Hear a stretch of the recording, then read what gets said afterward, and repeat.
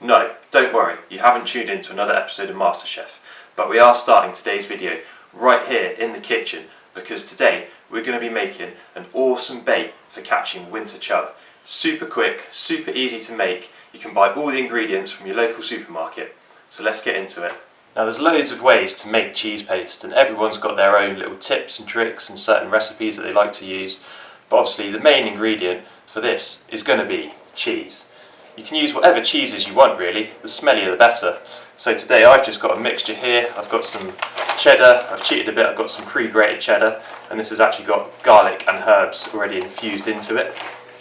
Obviously we got some strong smelly Stilton. That is probably one of the most popular cheeses to use for cheese paste. And then I've got some Italian style cheese, some Grana Padano. That's like a nice fine cheese to blend in. And today I've also got some soft cheese. This has also got herbs infused into it, so it's going to add extra scent, extra flavour into that bait to add some extra attraction. Now the other ingredient that I'm going to use, one of the things that makes this way of making cheese paste so quick and easy, is this. It's ready-made short crust pastry, it's pre-rolled, and that makes a really nice base for the bait. We can mash all the cheese into this and it makes a nice mouldable bait that we can either mould around a hair or the hook, and it will stay on really well. And then we've got one other secret ingredient, or maybe not so secret, but these are dried garlic granules. So I'm just going to chuck a load of that in. That's going to add a load of extra scent and flavour to that bait that's going to hopefully attract those winter chub. One of the first things that I'm going to do is put all my cheeses into a mixing bowl, and I can mix them all together to get a nice even spread of all the different cheeses, and I can knead that into the pastry. So one of the first things that I've got to do is grate up this Stilton.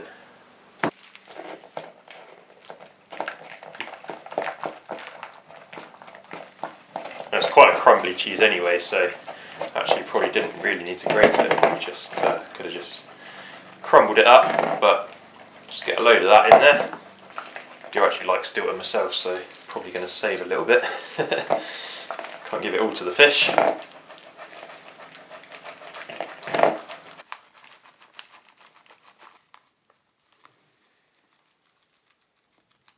Well, now I've got all my dry cheeses together in the bowl. I'm just going to give them a bit of a mix around. I'm going to add my secret ingredient, get that all coated on that cheese and get it all mixed in.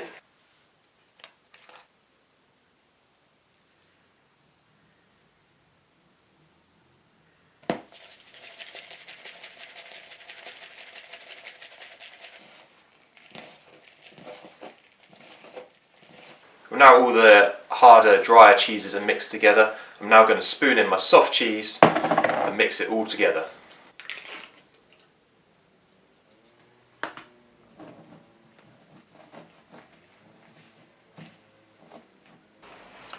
Now I've just worked all those cheeses together and formed it into a ball. Now as you can see, this has pretty much formed a paste in itself, although it is a bit wet and sticky at the moment, so that's where our pastry comes in. I'm just going to get that out, roll it out, and then I'm going to work this cheesy paste into the pastry. Now some people make this a different way. Some people get to this stage and then you can just add flour or breadcrumbs and a few other ingredients and make a paste that way. But the way I like to do it, to form a bit more rigidity to the bait, I'm going to use ready-made pastry. So I've prepped my work surface, I've put some flour down, got my pastry out, it's all rolled out already. So now I'm just going to work that cheese into the pastry, knead it all together, get it all combined, and that's going to make our final cheese paste.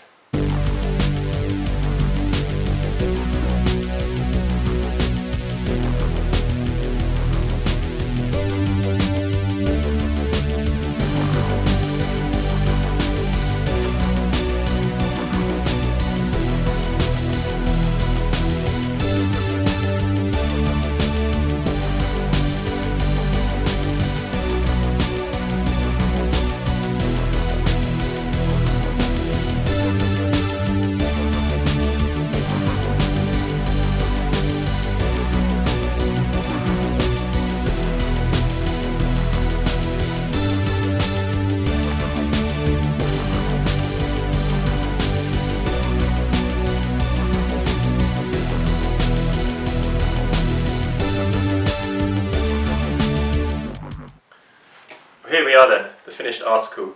Lovely ball of cheese paste. Now I did find my original mix was slightly sticky, so I just added a tiny little bit of olive oil to it, and that's made it a nice texture now. It's not too sticky, but it's not too dry either, so it's a really nice consistency, so that's going to mould really nicely around the hair rig and hopefully stay on. Now I've got a good amount of cheese paste here, there's quite a lot there, so if I'm only popping out for a short session, I can just break a little bit off that into a sort of a tennis ball size, take that with me if I'm just going down the river for an hour or two, break that off, and then I can put the rest of this in the freezer and save it for another session. Well, there we go then, that's one way to make cheese paste. I wish you guys had smell-o-vision because this stuff is pretty potent, very garlicky, you can smell the blue cheese in there. So hopefully that's going to draw the chub to my bait and hook them up. Well, there we go. That's how to make cheese paste. Next time I see you, we'll be on the riverbank putting this stuff to the test. And if you've got any tips and tricks on how you like to make cheese paste, any secret ingredients that you like to use, drop them in the comments below and I'll give them a try. Cheers. I'm down at my local river, got my cheese paste that we've just made earlier on in the video, and I'm going to put it to the test, see how we get on. Well, if you haven't seen the previous video, this is how I rig my cheese paste. So I've got a hair rig here, size 6 hook, and on the hair is a small 10mm boilie, which I've wrapped the cheese paste around. This hook length is probably about 2.5 foot long, up to a swivel, buffer bead, and a 1 ounce lead. That's it, simple running ledger, keep it nice and simple. Well, I've finally got myself a dedicated quiver tip style rod for this style of fishing. The rod that I've got here is just a Shakespeare CX feeder. This is a 9-foot rod, so it's still nice and short for roving on the river. I've got a 1 ounce tip on there at the moment. It does also come with a 1.5 ounce tip. It's only a cheap rod, but really like it. Seems nice quality. Yeah, hopefully I should get some nice bite indication with a lighter tip rather than the heavier spinning rod that I was using before.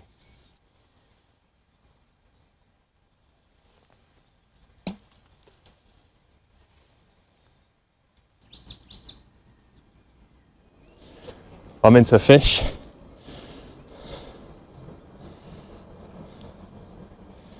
On the cheese paste, just under this snag here. Haven't seen it yet, it's staying deep, but I don't think it's too big. It's just coming in now.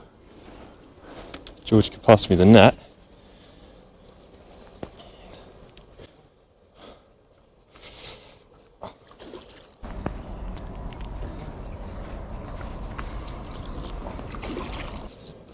Oh, he's not a bad size. Well, it's actually a decent one.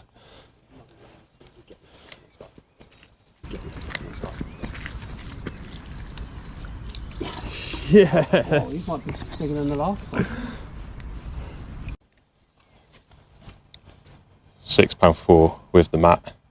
So we'll get a weight on that in a minute. There we go. £6.4 with the unhooking sling, so we'll get a weight on that in a minute. Homemade cheese paste for the win.